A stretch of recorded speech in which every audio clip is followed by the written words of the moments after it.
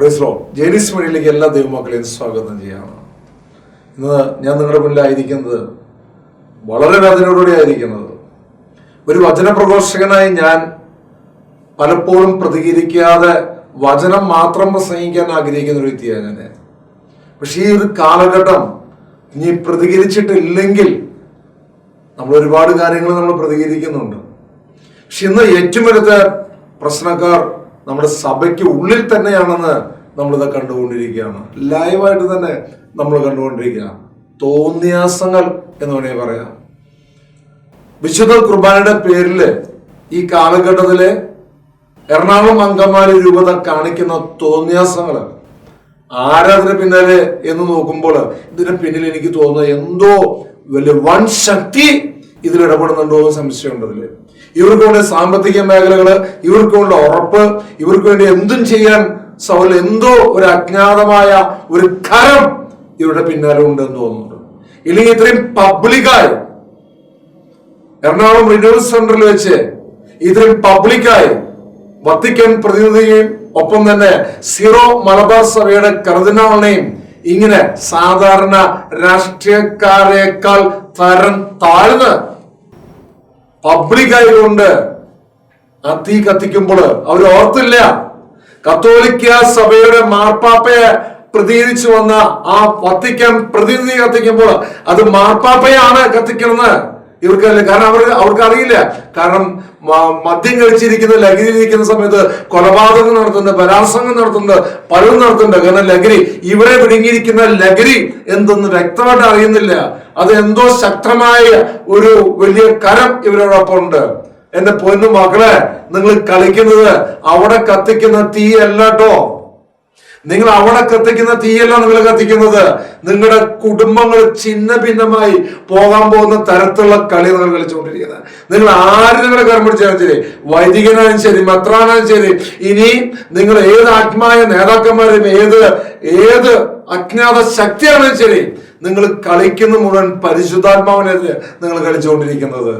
പ്രത്യേകിച്ച് ഒരു സഭയുടെ പ്രതിനിധിയെ ഇത്രയും പബ്ലിക് ആയിക്കൊണ്ട് സഭയുടെ സ്ഥലത്ത് വെച്ചുകൊണ്ട് ഇത്രമാത്രം കത്തിക്കുമ്പോൾ നിങ്ങളുടെ ഉള്ളിലുള്ള പരിശുദ്ധാത്മാവിന്റെ ശക്തി എന്നാണോ പറയുന്നത്?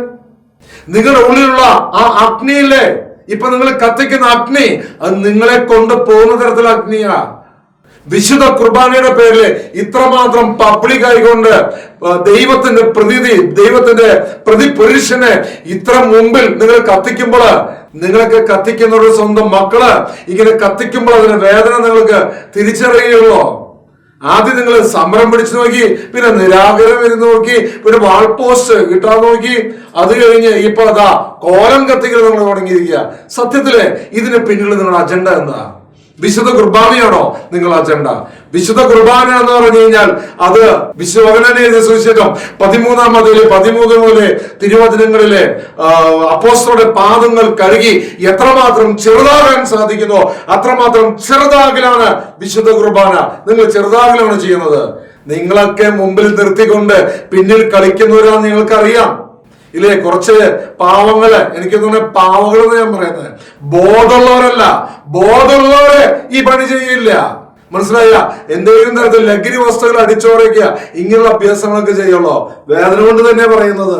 പ്രത്യേകിച്ച് നിങ്ങൾ കാണിക്കുന്ന ഈ പേക്കുത്തുണ്ടല്ലോ, പേക്കുത്ത് ലോകം മുഴുവൻ നിങ്ങൾ അറിയപ്പെടട്ടെ, നിങ്ങളുടെ കുടുംബം അറിയപ്പെടട്ടെ, നിങ്ങളുടെ തലമുറകളൊക്കെ അനുഗ്രഹമായി മാറട്ടെ എന്ന് ഞാൻ പ്രാർത്ഥിക്കുന്നുള്ളൂ.